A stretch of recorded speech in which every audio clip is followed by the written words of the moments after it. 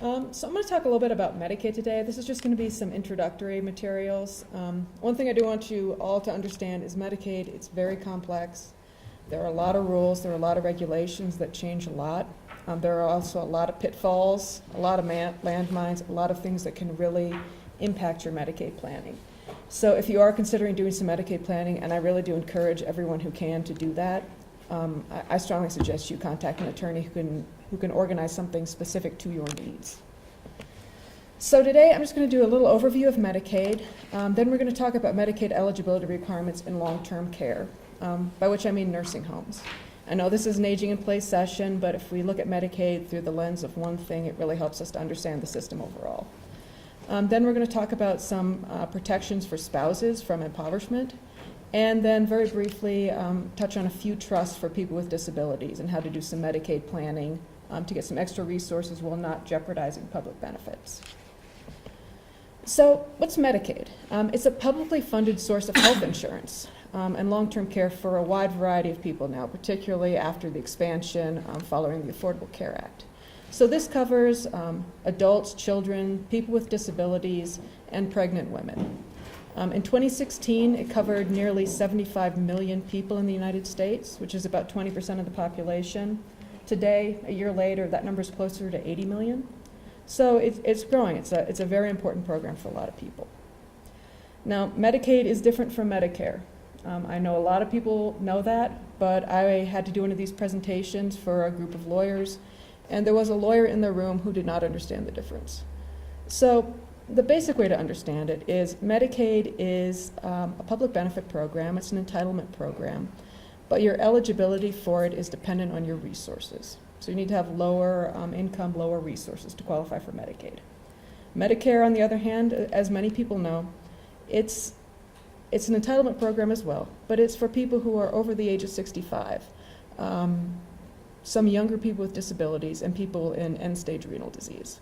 So this is kind of known as the health insurance for people over 65.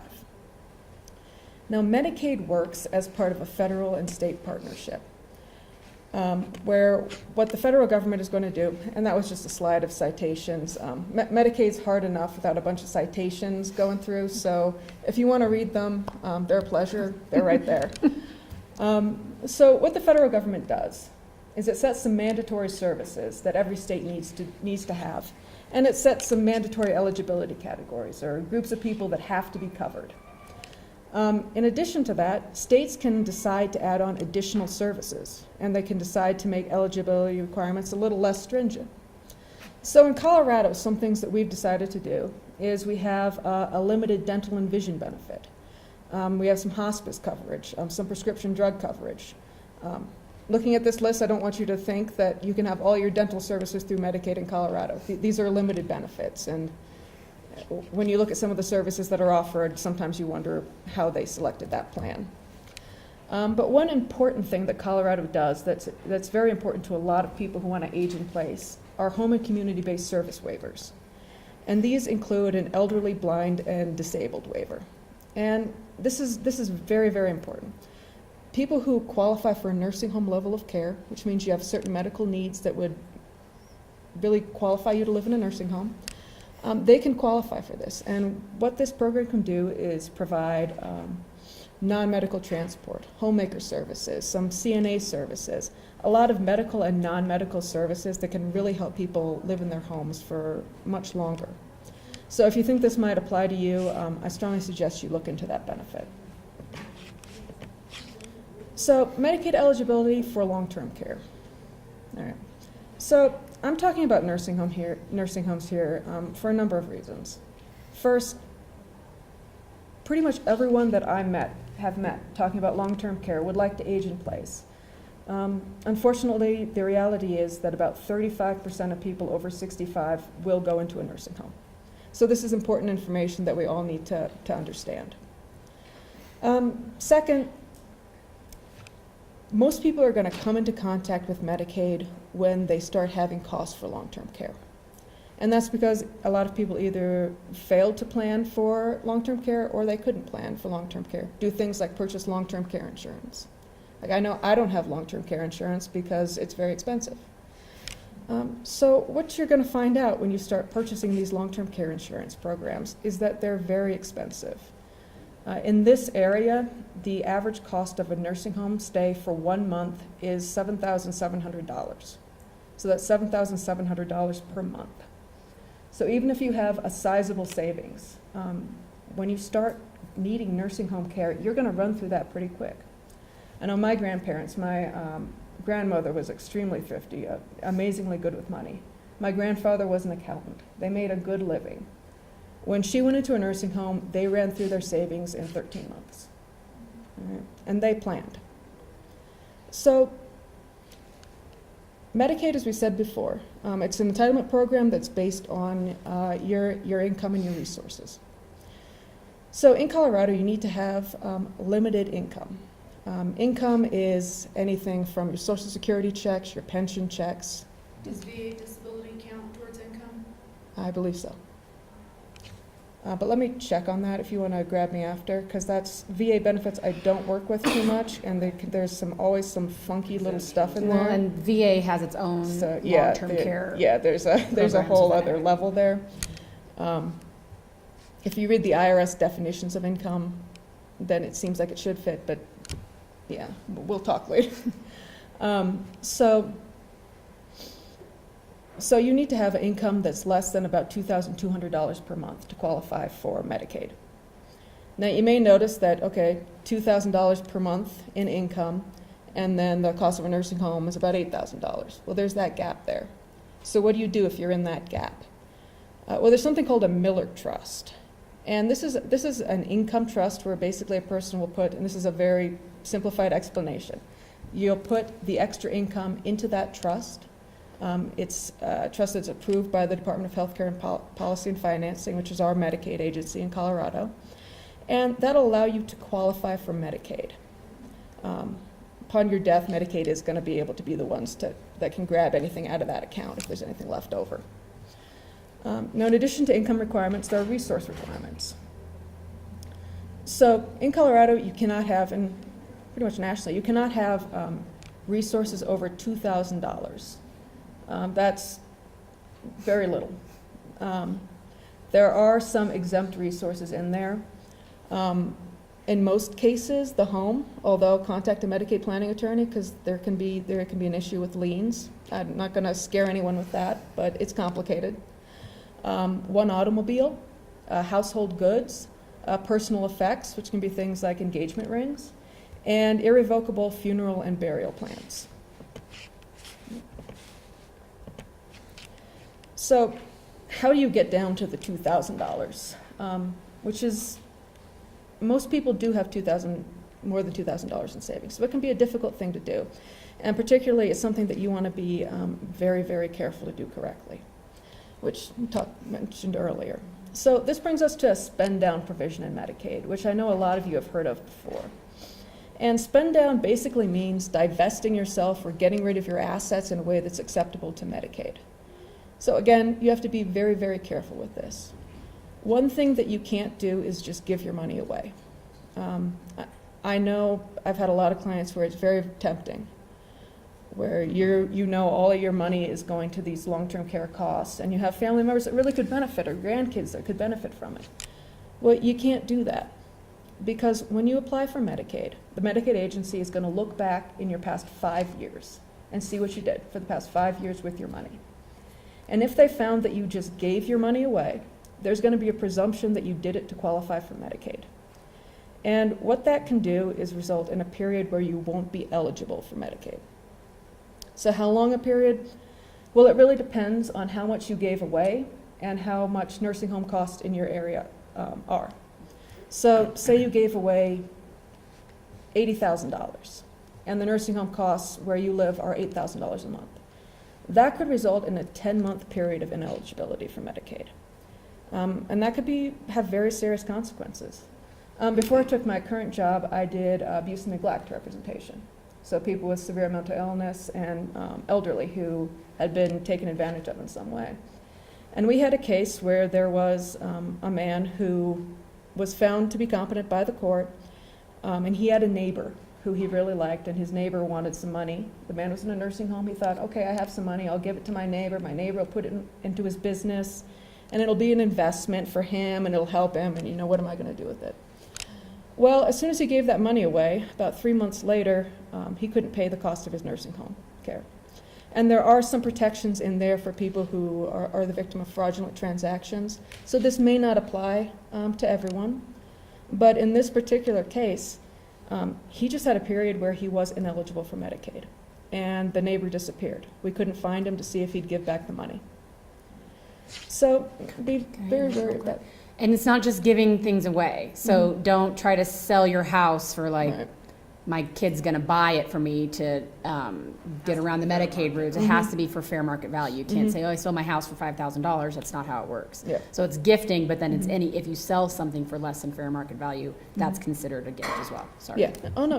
Yeah, and that's a good thing to bring up. The thing that you have to look at is everything has to be for fair consideration, so that you're getting something fair for the value that you're giving away. Anything other than that's a gift. So the next question is, how do I spend down? And in general, there are some things you can do. Remodel or improve your home, if that's a good idea and you'd want to look in your specific situation. You can purchase exempt property, automobile funeral plan, things like that. Other things you can do, you can buy into very specific types of annuities, and those can pay out for your lifetime. Again, very, very specific, or you jeopardize your benefits. You need help setting those up. You can also pay into disability trusts or similar things. But again, very specific language in the trust. You need to work with someone who knows what they're doing, or you could jeopardize your benefits. Do you develop a Medicaid trust? Medicaid trust? Do I develop one? I mean, can you? Well, there are certain types of trusts where you can put money in and maintain your Medicaid benefits. But they're very specific. Yeah, they're so you they're can't very, just very create specific. a trust and say, I put everything in a trust. I can get on Medicaid. That's not how it works. Yeah, you can't just Yeah. label it your Medicaid trust. There's certain language that goes into it, and there are certain rules that apply to, like, for example, Medicaid gets to go into it and make sure that they're the beneficiary of it if there's anything left over. And the last thing I want to say is that this is a very simple thing, but something a lot of people overlook. Purchase items for the nursing home room that will make you comfortable or your family comfortable. For my grandmother, when we had to spend down for her, we got her a TV, headphones, a VCR. We got her bedding, new clothes. For a lot of people, pull-ups are much more comfortable if they need certain supplies. Medicaid will only cover diapers, so buy a stock. I mean, think practically of things that this money can do to help the person moving forward. Now, when you're talking about going down to $2,000 in resources, a big concern, particularly for couples, is, okay, how do we pay for the cost of my care without me making my spouse effectively destitute, really? Or how do I pay for my spouse's care because I want them to have the best, but how am I going to continue to live in the community? And this was a huge issue for a long time, particularly when the institutionalized spouse his income could only go to the institutionalized spouse. But in 1988, Congress passed this act. It was the Medicare Catastrophic Coverage Act. And what this says is that, okay, we understand that one spouse is being institutionalized, but that doesn't mean that a community spouse isn't entitled to live in the community still. So what we're going to do is we're going to set aside a certain amount in resources and a certain amount in income that community spouse should be entitled to get. So for resources, the basic rule is that you can take your resources, which are the things you own, your CDs, your property, and you cut that in half, and the community spouse can keep up to about $121,000. Now, if you have, say, only $50,000 in resources, that doesn't mean that the community spouse will only get 25. It means that there's another rule where there's a state minimum, and that a person can keep. So the community spouse in that case would be able to keep most of that $50,000. And when you're looking at the resources, exempt resources aren't counted. Those are the things we talked about before, the home, the car, the funeral plan. Now, in addition to the resources, so you get to keep some of your resources, only one spouse has to go down to $2,000. there's an income, a minimum monthly needs allowance. And this is the amount that Medicaid has said, okay, the community spouse needs this much to live in the community. Medicaid has said that's $2,000. I live in Denver. That's very difficult to do for $2,000 a month. But they've said, okay, you're entitled to this.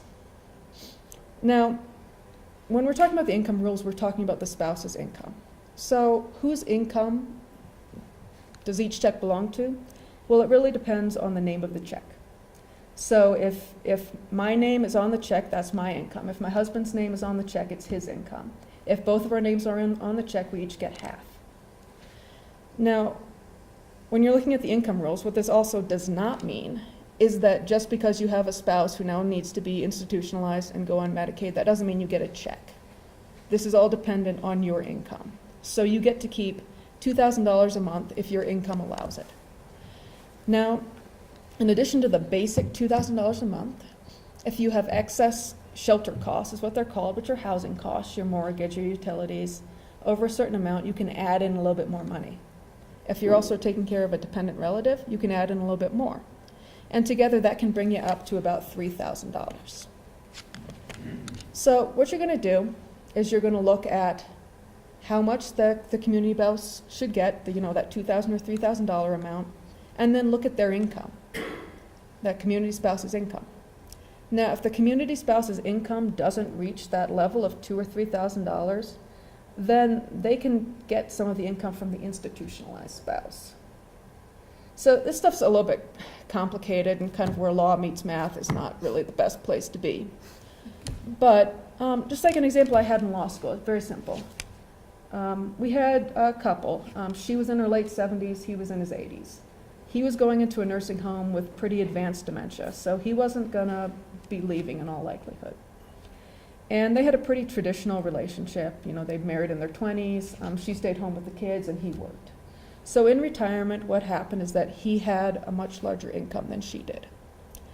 Now, one thing that she didn't do, which is also something that my grandfather didn't do, is she didn't separate resources. And they did it for the same reason, because it's a difficult thing to do, because this is your spouse, you want to take care of them, those are their resources too, so you don't separate. The consequence for her and the consequence for my grandfather is they went through their savings account very, very quickly. And she got to the point where, okay, I have a couple $100s a month in income. He's being institutionalized, I'm not getting his pension checks anymore, so what do I do? And that's when she came to us. So we were able to actually take about, $1,000, $1,500, can't remember the exact amount, out of his income and give it to her, so that she could have this minimum needs allowance.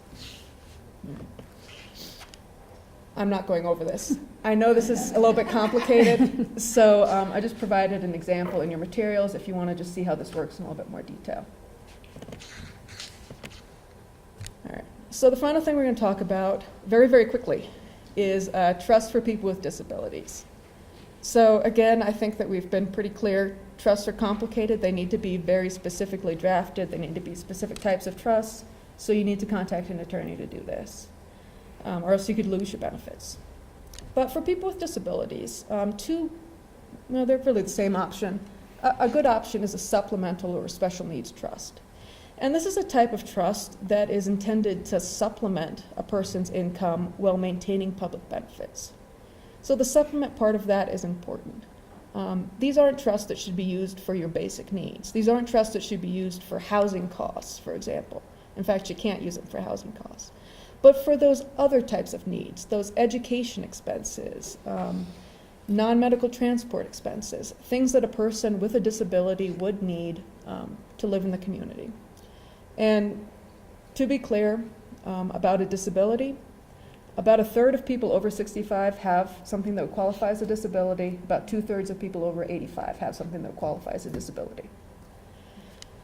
Now, how trusts work is essentially they take this money, you put them in there, and these trusts are written in such a way that the money is technically, legally unavailable to the person that it benefits. Instead, it's going to go through a trustee, and the trustee is going to decide when there's disbursements based on the rules of the trust.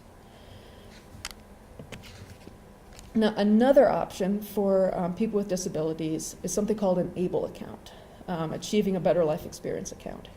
And this is a savings plan that was based on the 529 plans, the college savings accounts, where if you have an individual who acquired a disability before the age of 26, and they receive either SSI or SSDI, or they would qualify under the Social Security definition of having a disability, then you can create these accounts where you can contribute up to $14,000 per year to the account.